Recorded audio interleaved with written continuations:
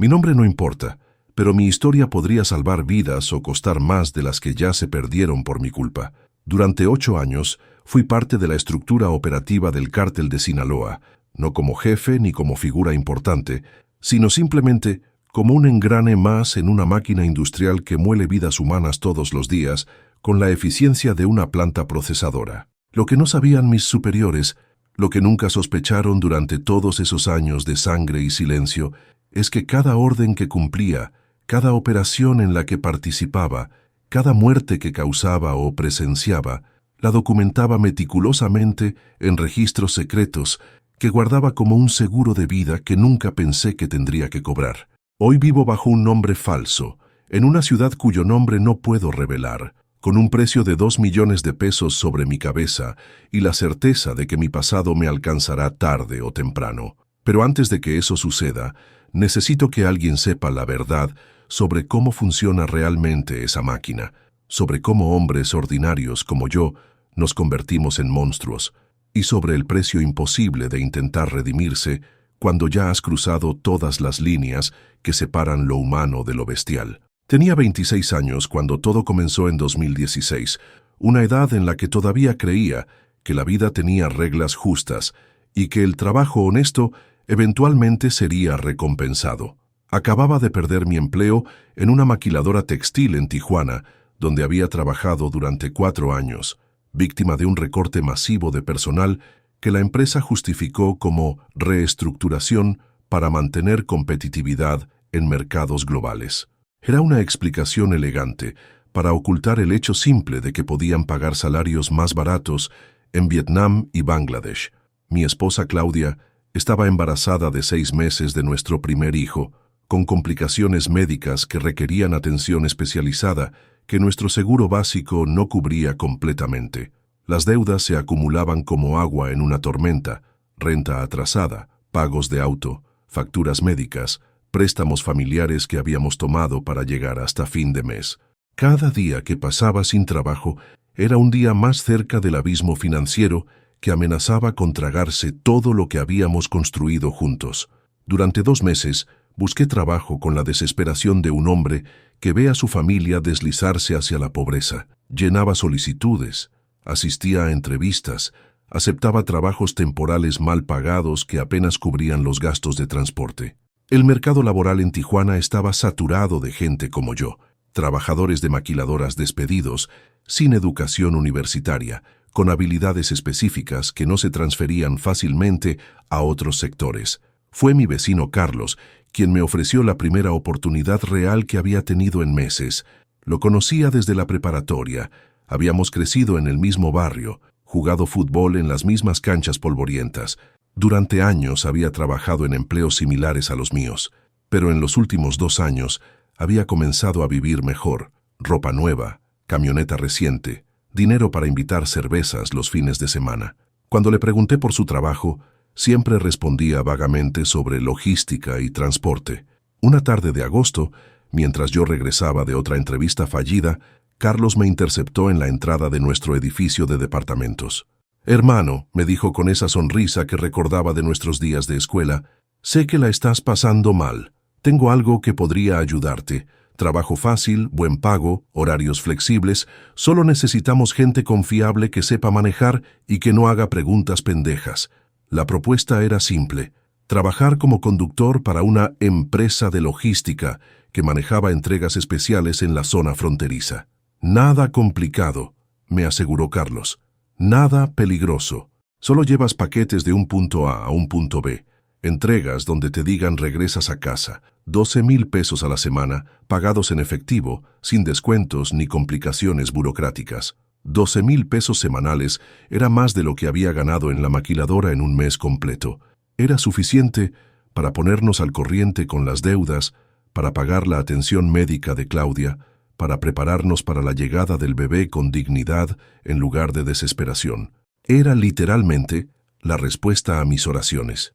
«¿Qué tipo de paquetes?», le pregunté, aunque en el fondo ya sabía que era mejor no indagar demasiado. «Documentos importantes, muestras de productos, cosas que necesitan llegar rápido y seguro», respondió Carlos con la misma sonrisa. La empresa tiene clientes que valoran la discreción y la puntualidad por encima de todo. Por eso pagan también. Acepté sin hacer más preguntas. La desesperación económica tiene una forma de silenciar la voz de la conciencia que en circunstancias normales te habría hecho indagar más.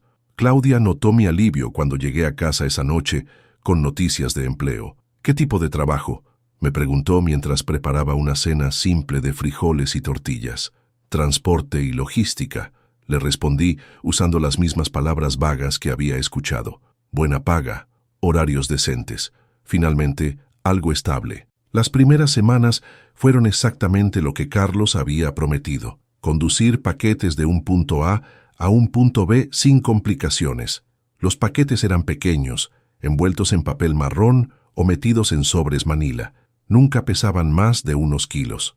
Las direcciones de entrega variaban, pero seguían patrones: casas en colonias residenciales, oficinas en edificios comerciales, a veces simplemente coordenadas GPS que llevaban a estacionamientos donde alguien esperaba junto a un vehículo específico. Los contactos eran profesionales y eficientes. Nadie hacía preguntas personales. Nadie comentaba sobre el contenido de los paquetes. Todo se manejaba con códigos simples. Entrega para el señor González. Paquete azul para la oficina 304. Sobre amarillo para el hombre del sombrero negro. Recibía mis instrucciones por mensaje de texto a primera hora de la mañana. Completaba las entregas durante el día. Reportaba finalización con un mensaje simple.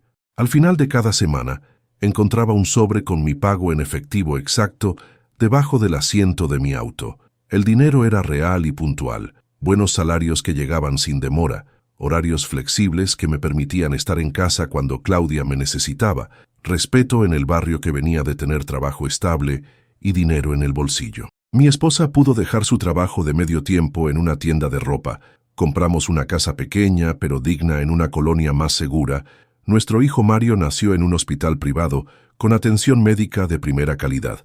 Por primera vez en mi vida adulta, me sentía exitoso, capaz de proveer para mi familia con dignidad. Cuando Mario nació en enero de 2017, perfecto y saludable, con Claudia recuperándose en una habitación privada con aire acondicionado y televisión, sentí que finalmente había encontrado mi lugar en el mundo. Era un proveedor responsable, un esposo confiable, un padre que podía darle a su hijo oportunidades que él mismo nunca había tenido. Pero gradualmente, como agua que se filtra por grietas imperceptibles, las entregas comenzaron a evolucionar y volverse más complejas. Ya no eran solo paquetes pequeños envueltos en papel, sino maletas más grandes que requerían mayor cuidado en el manejo. Ya no era simplemente conducir de un punto a otro, sino asegurar que las entregas llegaran a su destino sin problemas y verificar que los destinatarios fueran las personas correctas. El vocabulario que usaban mis supervisores cambió sutilmente, pero de manera consistente. Los paquetes se convirtieron en mercancía, las entregas se volvieron operaciones, los problemas se transformaron en situaciones que requerían soluciones definitivas. Cada cambio de terminología era pequeño, lógico, aparentemente inocente, pero el efecto acumulativo era una redefinición gradual de mi trabajo que me preparaba psicológicamente para responsabilidades que no habría aceptado si me las hubieran presentado directamente desde el principio. Mi primer contacto directo con la violencia llegó en una tarde de mayo de 2017, durante lo que debería haber sido una entrega de rutina en un almacén industrial en las afueras de Tijuana. Llegué con una maleta grande y pesada que había recogido esa mañana, esperando el intercambio simple de costumbre: entregar paquete, recibir confirmación, regresar a casa. Pero cuando llegué al almacén, encontré a mi supervisor inmediato, un hombre tranquilo de 35 años, al que conocía solo como el Flaco, esperándome junto con un hombre arrodillado en el suelo del almacén. El hombre arrodillado tenía aproximadamente 40 años, ropa sucia, manos atadas atrás de la espalda, una expresión de terror que nunca olvidaré. El Flaco me explicó con voz calmada que este hombre había perdido un cargamento importante, que había sido irresponsable con mercancía que no le pertenecía y que ahora tenía que enfrentar las consecuencias de sus decisiones profesionales.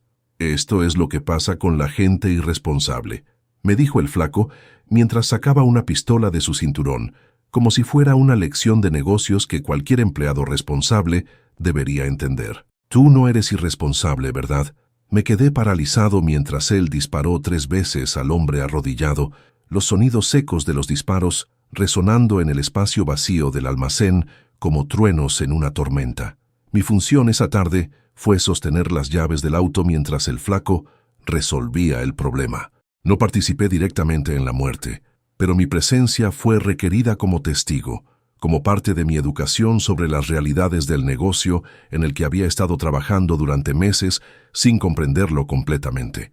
Esa noche llegué a casa temblando, con las manos sudorosas y un nudo en el estómago que no se disolvía sin importar cuánta agua bebiera. Claudia notó inmediatamente mi estado cuando entré por la puerta de nuestra casa nueva, donde Mario dormía pacíficamente en su cuna y donde todo debería haber sido perfecto. ¿Qué te pasó?, me preguntó con la preocupación genuina de una esposa que conoce a su marido.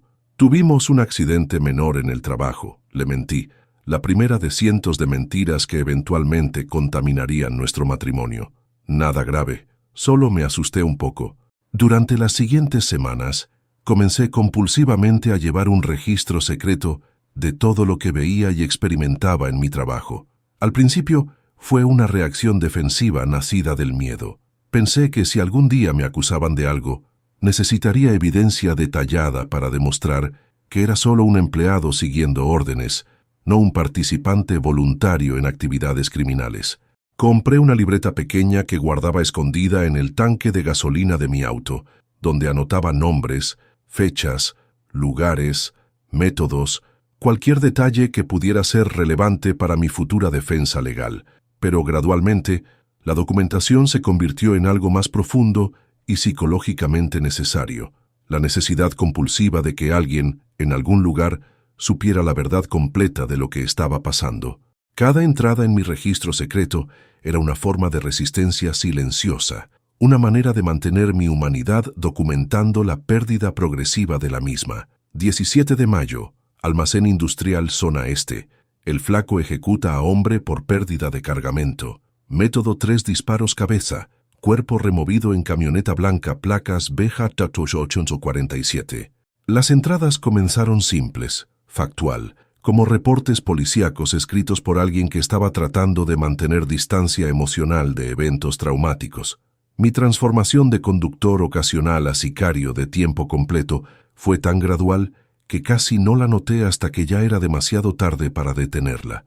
Primero me pidieron que cargara un arma por seguridad personal durante las entregas. Es solo precaución, me explicó el flaco cuando me entregó una pistola calibre .38 en una funda de hombro. En este negocio nunca sabes cuándo alguien puede tratar de robarte la mercancía. No significa que vayas a usarla, solo que la tienes si la necesitas. Luego me pidieron que intimidara a alguien para evitar problemas mayores. Era un comerciante local que había comenzado a hacer preguntas sobre las actividades en un almacén que rentábamos, preguntas que podían atraer atención no deseada de las autoridades. Mi trabajo fue visitarlo, mostrarle el arma discretamente, explicarle que su curiosidad podía ser malinterpretada como interferencia con operaciones comerciales legítimas. Después me pidieron que neutralizara una amenaza menor para proteger la integridad de la operación. Era un exempleado que había comenzado a extorsionar a la organización, amenazando con revelar información a cambio de pagos regulares. Es un problema pequeño, me explicó el flaco, pero los problemas pequeños se vuelven grandes si no los resuelves rápido. Una solución definitiva evita complicaciones futuras. Cada línea moral que cruzaba venía con una justificación lógica, cada escalada de violencia con una racionalización empresarial que hacía que mi participación pareciera una progresión natural de responsabilidades profesionales. No había un momento específico en el que decidí convertirme en asesino. Fue una serie de decisiones pequeñas, cada una aparentemente razonable en su contexto inmediato, que me llevaron gradualmente a un lugar donde matar se había convertido en parte rutinaria de mi trabajo. 3 de agosto, Casa Azul, Colonia Libertad. Eliminación de exempleado extorsionista, José Ramírez Vega. Método estrangulación manual. Cuerpo entregado a equipo de disposición. Mis entradas de registro se volvieron más detalladas y técnicas, a medida que mi participación se volvía más directa. Para 2019, llevaba ya 3 años trabajando de tiempo completo para la organización y había participado directamente en la muerte de 11 personas, 11 familias destrozadas, 11 futuros borrados, 11 conjuntos de sueños y esperanzas convertidos en nada por mis manos. Pero también, mi hijo Mario tenía 3 años y vivía en una casa segura en una colonia respetable, con educación privada de calidad y atención médica que yo jamás habría podido costear como obrero de maquiladora. Cada noche cuando llegaba a casa, después de un día de trabajo que podía haber incluido violencia, extorsión, intimidación o asesinato, Mario corría hacia mí con la sonrisa pura de un niño que ama a su padre incondicionalmente. «Papá», gritaba mientras se colgaba de mis piernas, sin saber que esas mismas piernas habían estado presentes en escenas de horror que yo documentaba meticulosamente en mi registro secreto. Claudia había dejado de preguntarme detalles específicos sobre mi trabajo. Cuando conocidos del barrio comentaban sobre mi prosperidad económica súbita, yo explicaba vagamente sobre oportunidades en logística y contratos privados bien pagados.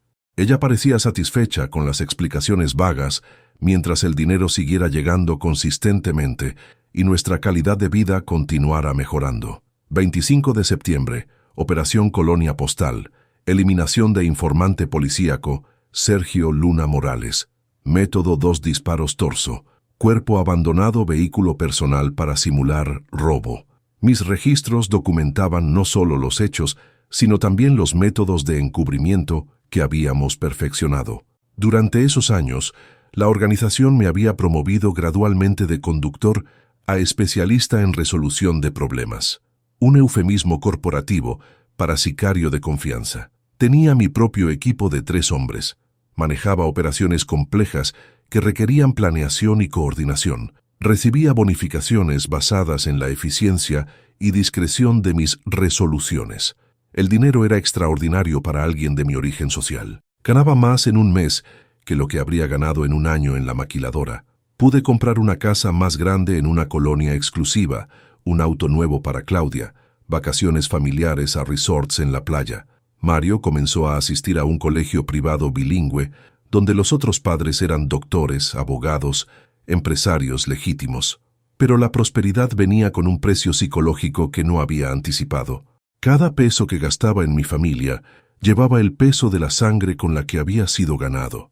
Cada sonrisa de Mario, cada abrazo de Claudia, cada momento de felicidad familiar estaba contaminado por el conocimiento de su origen criminal. 12 de noviembre, Casa Segura, Zona Río, interrogatorio y eliminación de contador independiente, Felipe García Hernández, método tortura prolongada seguida por ejecución, información extraída sobre cuentas bancarias antes de disposición final. Los registros documentaban no solo muertes, sino torturas, no solo violencia, sino sadismo sistemático.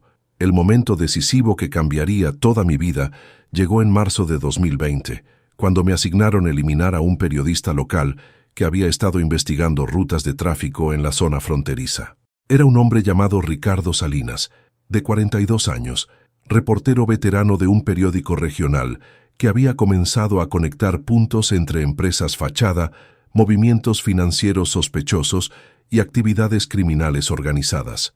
Sus artículos recientes habían mencionado específicamente algunas de las ubicaciones que nosotros usábamos para operaciones.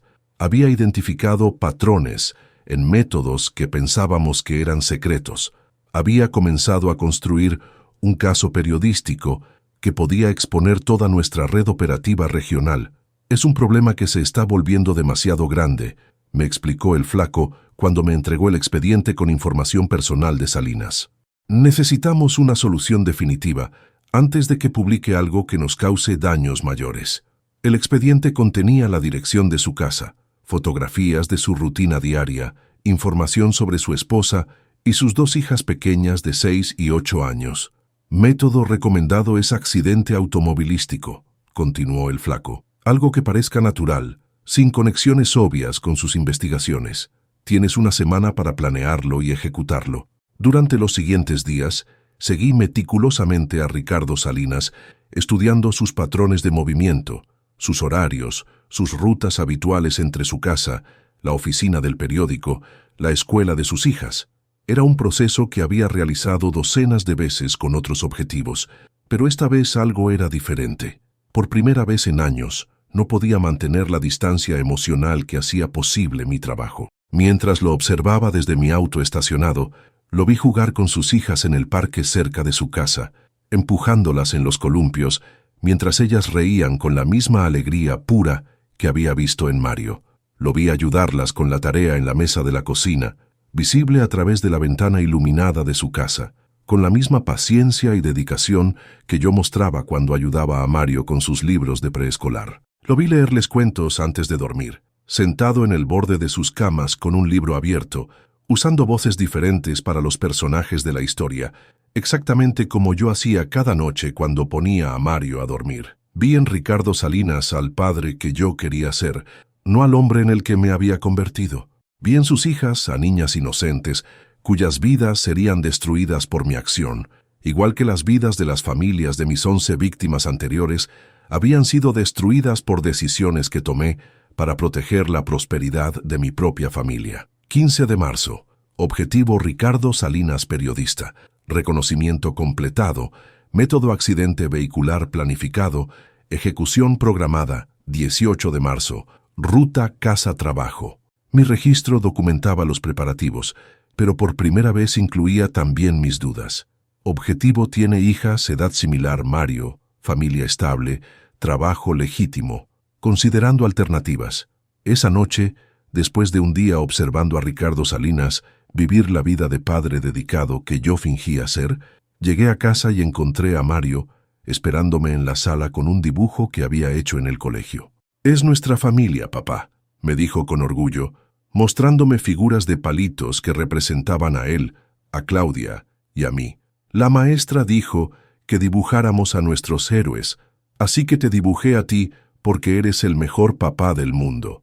Me quedé mirando ese dibujo durante horas esa noche, después de que Mario se fuera a dormir. Figuras simples de palitos que representaban todo lo que yo amaba, financiado con dinero manchado de sangre de padres que habían amado a sus propios hijos, tanto como yo amaba al mío. A la mañana siguiente, en lugar de ejecutar la orden de asesinato, llamé a Ricardo Salinas desde un teléfono público. «Señor Salinas», le dije cuando respondió, «no me conozca y no haga preguntas. Váyase del estado esta misma madrugada con su familia. No empaque nada, no avise a nadie, solo váyase ahora. Su vida depende de que salgan del país en las próximas 12 horas». Colgué antes de que pudiera responder. Al día siguiente reporté a El Flaco que había cumplido la misión exitosamente, pero que el cuerpo había quedado completamente destruido en un accidente vehicular que había montado para cubrir todas las evidencias. «Explotó el tanque de gasolina», le expliqué. «No quedó nada identificable. Parecerá un accidente mecánico». Mi supervisor aceptó mi reporte sin cuestionamientos, confiando en la competencia que había demostrado durante años de trabajo eficiente. Pero 2 semanas después, Ricardo Salinas comenzó a publicar una serie de artículos explosivos desde el extranjero, reportajes que exponían rutas específicas, métodos operativos y estructuras organizacionales que solo alguien con acceso interno privilegiado podría conocer con tanto detalle. Los artículos incluían información precisa sobre ubicaciones que usábamos, nombres de personas en nuestra organización, detalles sobre métodos financieros que habíamos considerado secretos. La organización se puso inmediatamente en alerta máxima. Comenzaron investigaciones internas exhaustivas para identificar filtraciones de información. Equipos especializados en seguridad interna iniciaron interrogatorios de todos los empleados con acceso a información sensible. La paranoia se extendió por toda la estructura organizacional como un virus, convirtiendo a cada empleado en sospechoso potencial de traición. Fue cuestión de tiempo matemático antes de que conectaran todas las pistas circunstanciales. Ricardo Salinas había escapado exactamente en el momento cuando debería haber muerto según el plan original. Solo 3 personas conocían los detalles completos de esa operación específica: El Flaco como supervisor, yo como ejecutor y el jefe regional que había autorizado la operación. Las probabilidades estadísticas indicaban que uno de nosotros tres había filtrado información al periodista. El flaco apareció muerto una semana después de que comenzaran las investigaciones internas. Su cuerpo fue encontrado en un almacén abandonado en la zona industrial, con señales evidentes de interrogatorio prolongado y tortura extrema antes de la ejecución final. El mensaje organizacional era claro e inequívoco. Alguien había traicionado la confianza de la organización y ese alguien pagaría el precio máximo después de revelar todo lo que sabía. Sabía con certeza matemática que era mi turno. Mi nombre estaba en la lista de sospechosos. Mi acceso a información sensible me convertía en objetivo prioritario y mi supervivencia dependía de tomar decisiones drásticas antes de que llegaran por mí. Esa misma noche, después de poner a Mario a dormir con el cuento de siempre, tomé todos mis registros secretos. 8 años de documentación meticulosa de crímenes, estructuras organizacionales, métodos operativos, nombres de participantes, y los entregué a un contacto en la Fiscalía General de la República, a cambio de protección inmediata para mi familia bajo el Programa Federal de Testigos Protegidos. Los registros que había mantenido secretamente durante años contenían evidencia detallada de 34 asesinatos, incluyendo los 11 en los que había participado directamente. Tenía nombres completos, fechas exactas, métodos utilizados, ubicaciones de cuerpos, estructuras de comando, procedimientos financieros, rutas de operación, todo documentado con la obsesión de alguien que sabía que algún día esa información podría ser la diferencia entre la vida y la muerte. Mi nombre real es Carlos Eduardo Moreno López. Escribí en mi declaración inicial a las autoridades federales. Durante 8 años trabajé como sicario para la estructura operativa del Cártel de Sinaloa en Tijuana. He matado a 11 personas y he sido testigo directo de 23 asesinatos adicionales. Tengo evidencia documentada de la participación de funcionarios públicos, métodos de lavado de dinero y estructuras organizacionales que pueden ayudar a desmantelar la red completa. Claudia y Mario fueron reubicados bajo nuevas identidades en un estado distante, con recursos económicos proporcionados por el programa de protección, pero sin posibilidad de contacto directo conmigo durante el proceso legal. Yo permanecí como testigo protegido en una casa segura federal, aunque protección es un término completamente relativo cuando tienes un precio de 2 millones de pesos sobre tu cabeza y sabes que la organización tiene recursos prácticamente ilimitados para encontrar a sus enemigos. Durante los siguientes 18 meses, mi testimonio detallado ayudó a las autoridades federales a procesar exitosamente a 34 miembros de la organización, incluyendo 2 jefes regionales cuyas condenas representaron golpes significativos a la estructura operativa del cartel en la zona fronteriza, pero por cada persona arrestada basándose en mi evidencia, aparecían 3 reemplazos nuevos listos para ocupar las posiciones vacantes. El sistema era más grande y más resiliente que cualquier individuo, más adaptable que cualquier estrategia de aplicación de la ley. Mi traición había causado interrupciones temporales, pero la máquina continuaba funcionando con eficiencia apenas disminuida. Hoy vivo en una ciudad que no puedo nombrar, con un nombre que no es el mío, trabajando en empleos que nunca imaginé cuando soñaba con el futuro durante mi juventud. Manejo un auto usado, vivo en un departamento pequeño, gano dinero suficiente para sobrevivir pero no para prosperar. Cada mañana reviso que no haya señales de vigilancia antes de salir de casa. Cada noche verifico las rutas de escape que he memorizado para emergencias. La parte más dolorosa de mi existencia actual no es vivir escondido ni la pobreza relativa comparada con mi vida anterior, sino la comprensión devastadora de que mi redención llegó demasiado tarde para cambiar las cosas que realmente importan. Las 11 personas que maté con mis propias manos siguen muertas para siempre. Sus familias siguen destrozadas. Sus futuros siguen borrados. Sus sueños siguen convertidos en nada por decisiones que tomé para proteger la prosperidad de mi propia familia. Mi traición al cartel no resucitó a ninguna de mis víctimas. Mi cooperación con las autoridades no devolvió padres a sus hijos, esposos a sus esposas, hijos a sus padres. Mi testimonio detallado ayudó a condenar a otros criminales, pero no borró mi propia culpabilidad, ni reparó el daño que había causado durante años de trabajo como sicario profesional. Claudia me visita una vez al año, si las condiciones de seguridad lo permiten y si los agentes federales determinan que el riesgo es manejable. Nuestro matrimonio existe ahora solo en esas visitas anuales de 3 días, conversaciones cuidadosamente monitoreadas en ubicaciones neutrales, donde fingimos normalidad por el bien de Mario. Mi hijo, ahora de 9 años, cree que su padre murió en un accidente de trabajo cuando él tenía 5 años. Claudia decidió que era mejor así, que era preferible que Mario creciera, pensando que había perdido a un padre bueno, en lugar de descubrir eventualmente que su padre era un asesino que había usado sangre derramada para financiar su educación, su casa, su infancia. Es mejor que tenga recuerdos buenos de ti, me explicó Claudia durante nuestra última visita. Es mejor que piense que eras un héroe que murió trabajando, en lugar de descubrir la verdad cuando sea mayor. Algunos niños no necesitan cargar con ese peso.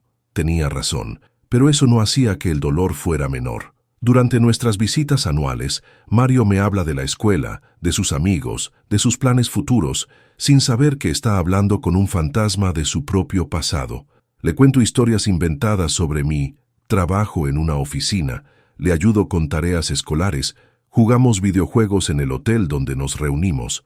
Son los únicos momentos del año en los que puedo pretender ser padre nuevamente. Esta es la verdad que nadie quiere escuchar porque desafía las narrativas simples sobre crimen, castigo y redención que preferimos creer. Que la línea entre víctima y victimario no es una pared sólida, sino una pendiente resbaladiza por la cual puedes deslizarte gradualmente sin darte cuenta hasta que ya es demasiado tarde para detenerte. Que las buenas intenciones pueden llevarte al infierno tan efectivamente como las malas intenciones, porque el camino hacia el mal está pavimentado no solo con buenas intenciones, sino con necesidades económicas genuinas, amor familiar auténtico y decisiones que parecen racionales en el momento en que las tomas. Que redimirse no significa borrarlo todo y empezar de nuevo con la pizarra limpia, sino cargar para siempre con el peso completo de lo que hiciste, vivir cada día con la conciencia de que tu salvación personal no resucita a las personas que mataste para llegar hasta donde llegaste. Durante las noches de insomnio que han dominado mi existencia durante los últimos 5 años, repaso mentalmente cada una de las 11 muertes que causé directamente. No puedo olvidar sus nombres, sus rostros en el momento final, las últimas palabras que algunos alcanzaron a pronunciar antes de que les quitara la vida. Roberto Castillo, vendedor de autos usado, 32 años, asesinado porque había comenzado a hacer preguntas incómodas sobre el origen del dinero que sus clientes usaban para comprar vehículos. Tengo una familia, me dijo mientras lo tenía inmovilizado. Mis hijos necesitan a su padre. Respondí que también yo tenía una familia que necesitaba que hiciera mi trabajo. Le disparé 2 veces en el pecho y abandoné su cuerpo en un lote baldío. Teresa Ramírez, contadora independiente, 45 años, eliminada porque había descubierto discrepancias en los libros de una empresa fachada que manejábamos. No voy a decir nada, me suplicó cuando entendió por qué estaba ahí. Solo déjame renunciar y olvidar todo esto. Pero las órdenes eran claras. Los testigos potenciales no podían quedar vivos. Método: estrangulación manual para simular un crimen pasional. Miguel Santos, mecánico automotriz, 29 años, asesinado porque había reparado vehículos usados en operaciones y había comenzado a conectar patrones sospechosos. Tenía una novia embarazada que esperaba en casa con cena preparada. Su último mensaje de texto, que vi en su teléfono antes de deshacerme de la evidencia, decía: saliendo del trabajo, amor, nos vemos en casa. Nunca llegó a casa. Cada una de esas 11 personas tenía una vida completa, sueños, esperanzas, gente que los amaba y que los esperaba en casa. Cada muerte que causé destruyó no solo una vida individual, sino círculos completos de relaciones humanas, parejas que quedaron viudas, hijos que quedaron huérfanos, padres que enterraron a sus hijos, amigos que perdieron compañeros. Registro final, 23 de marzo 2020, terminación de colaboración con organización, entrega de evidencia a autoridades federales, iniciación de programa protección testigos. Total de eliminaciones directas, 11. Total de eliminaciones presenciadas, 23. Total de familias destruidas por mi participación, incalculable. Mi última entrada en el registro que había mantenido durante 8 años fue también la más honesta. Un reconocimiento de que las cifras no capturan el verdadero alcance del daño causado, porque cada persona asesinada era el centro de múltiples vidas que también fueron destruidas por sus muertes. El proceso de cooperación con las autoridades federales fue más complejo y más prolongado de lo que había anticipado. No bastaba con entregar mis registros. Tenía que reconstruir cada operación en detalle, proporcionar testimonio presencial sobre métodos y estructuras, identificar a participantes en fotografías, dibujar mapas de ubicaciones, explicar procedimientos financieros que había observado. Durante meses de interrogatorios diarios, tuve que revivir cada muerte, cada operación, cada decisión que había tomado durante mis años como sicario. Los agentes federales eran profesionales pero implacables, verificando cada detalle, confrontando cada inconsistencia, asegurándose de que mi testimonio fuera lo suficientemente sólido para sostener procesos judiciales contra docenas de criminales. ¿Está usted completamente seguro de que Miguel Santos fue asesinado el 15 de octubre de 2018 y no el 16? Me preguntaba el fiscal federal durante una de las sesiones de preparación de testimonio. ¿Está usted absolutamente cierto de que el flaco usó una pistola calibre .45 y no .38? Cada detalle importaba porque cada imprecisión podía ser usada por la defensa para desacreditar todo mi testimonio. El peso psicológico de revivir sistemáticamente 8 años de crímenes fue devastador. Durante las noches después de esas sesiones, tenía pesadillas donde las voces de mis víctimas me reprochaban por usar sus muertes para negociar mi propia supervivencia. «Nos mataste para proteger a tu familia», me decían en sueños. «Ahora usas nuestras muertes para protegerte de las consecuencias. ¿Cuándo termina tu egoísmo?» Pero también sabía que mi testimonio era la única forma de que esas muertes tuvieran algún significado positivo. Cada criminal condenado basándose en mi evidencia representaba justicia parcial para mis víctimas, aunque esa justicia llegara años demasiado tarde y a través de la traición de quien las había matado. Durante el proceso judicial, enfrenté cara a antiguos compañeros que ahora me veían como el traidor que había destruido sus vidas. Algunos me miraban con odio puro, otros con desprecio, algunos pocos con lo que parecía comprensión melancólica de por qué había tomado esa decisión. ¿Por qué?, me preguntó el chino, uno de mis antiguos supervisores, durante un receso en las audiencias. Teníamos una buena vida, ganábamos bien, nuestras familias estaban seguras. ¿Por qué joder todo por un periodista que ni siquiera conocías?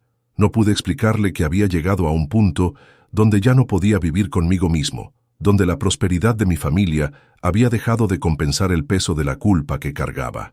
Los resultados legales de mi cooperación fueron mixtos. 34 personas fueron condenadas, incluyendo figuras importantes en la jerarquía regional. Se decomisaron propiedades, se congelaron cuentas bancarias, se desmantelaron rutas operativas. Pero la organización se adaptó rápidamente, promovió a nuevos líderes, estableció nuevas rutas, reclutó nuevos operadores. Su testimonio ha sido valioso, me explicó el fiscal federal al final del proceso. Ha ayudado a interrumpir operaciones importantes y a condenar a criminales peligrosos. Pero entienda que esto es una guerra de desgaste. Por cada golpe que damos, ellos se adaptan y continúan operando.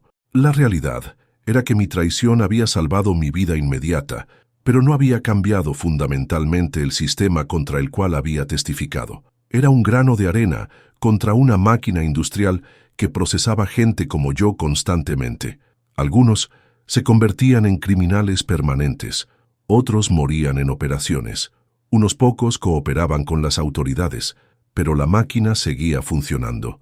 Mi reubicación bajo nueva identidad fue el inicio de una forma completamente diferente de existencia. De ser Carlos Eduardo Moreno López, sicario próspero con familia estable y futuro económico asegurado, me convertí en Miguel Ángel Herrera Soto, empleado de almacén con historial laboral fabricado y sin conexiones familiares.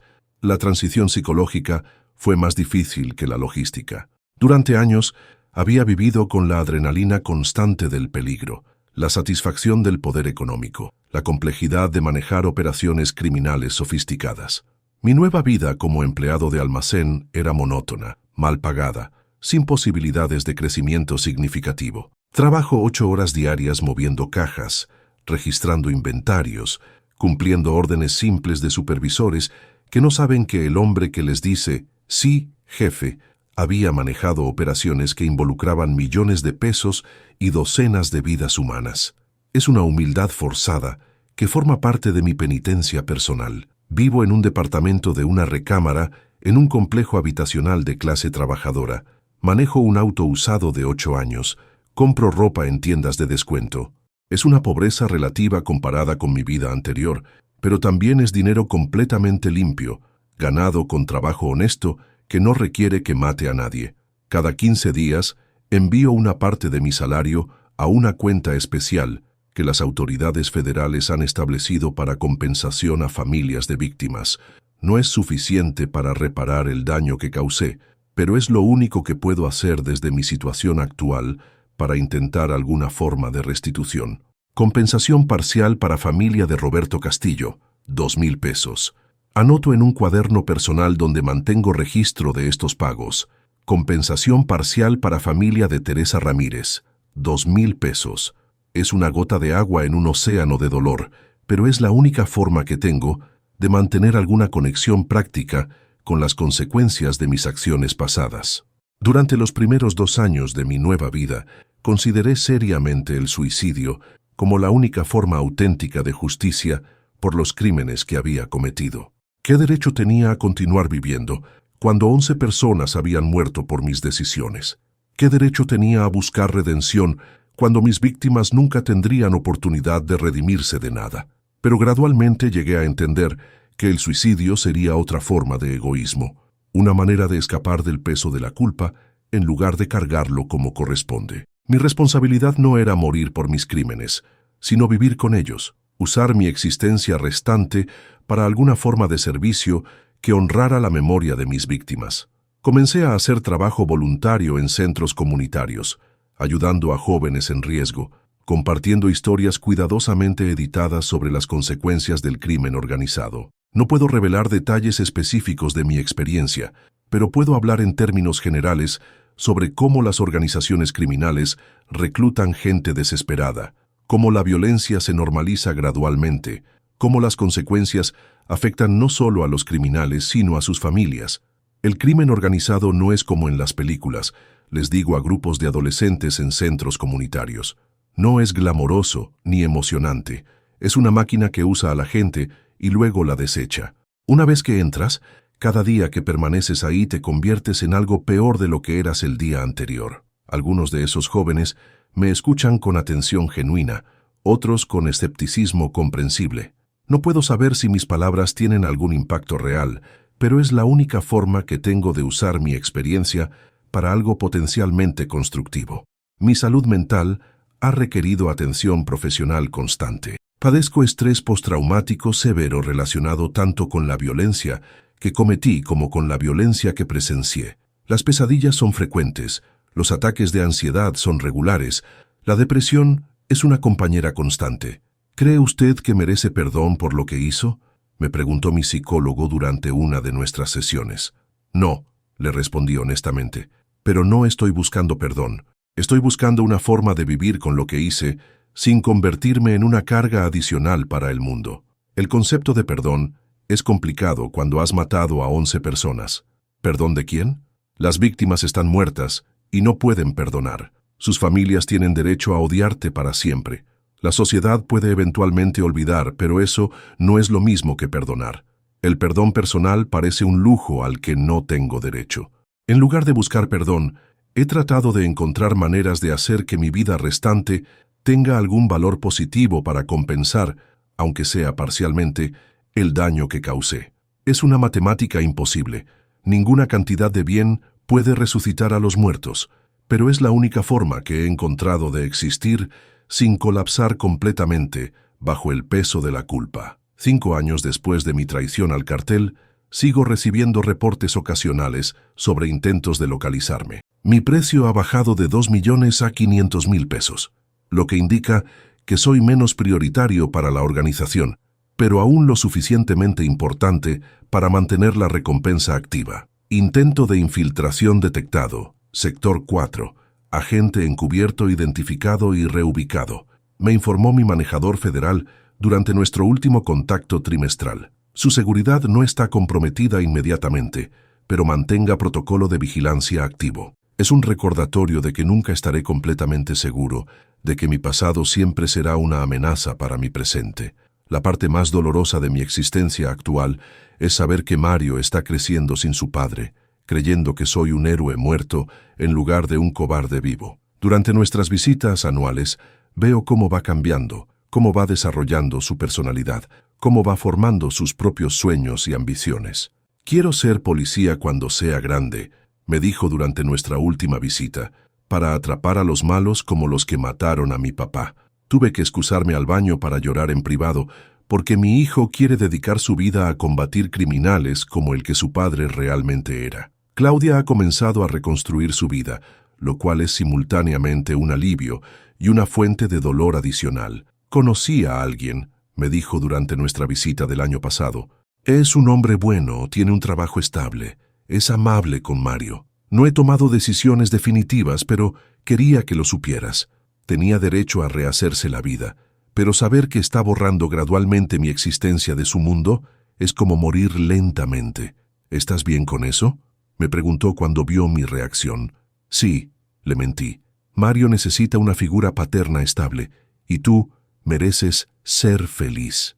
Era la verdad, pero también la mentira más dolorosa que he tenido que sostener. Hoy, 6 años después de mi última muerte como sicario, 5 años después de mi traición al cartel, 4 años después de mi reubicación bajo nueva identidad, mi vida es una forma controlada de purgatorio. No es la libertad completa, pero tampoco es la muerte que habría enfrentado si hubiera permanecido en la organización. Cada mañana me levanto sabiendo que estoy vivo cuando 11 personas no lo están por decisiones que tomé. Cada noche me acuesto sabiendo que mi hijo cree que su padre es un héroe, cuando su padre real es un asesino. Cada día trabajo en empleos honestos, sabiendo que durante años usé trabajo sucio para financiar una vida familiar que ahora existe solo en mis recuerdos. Tengo un precio sobre mi cabeza, pero el precio real lo pago cada mañana cuando me miro al espejo y veo al hombre que traicionó a su organización criminal para salvar su propia vida, pero que no pudo traicionar su propia naturaleza lo suficientemente rápido para evitar convertirse en asesino. El sicario que traicionó al cartel sigue vivo, escondido pero respirando.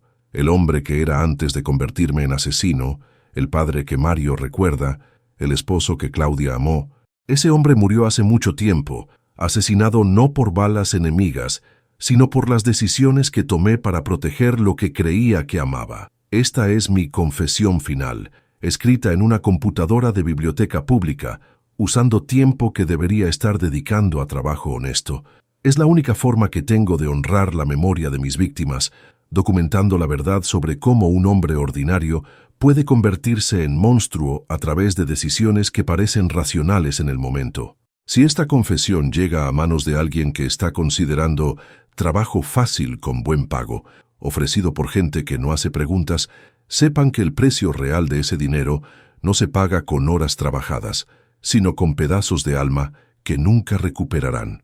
Mi nombre era Carlos Eduardo Moreno López. Ahora soy Miguel Ángel Herrera Soto. Pero en realidad no soy nadie, solo un fantasma que vive con la sangre de 11 inocentes en las manos, cargando su peso cada día hasta que la muerte o la venganza finalmente me alcancen.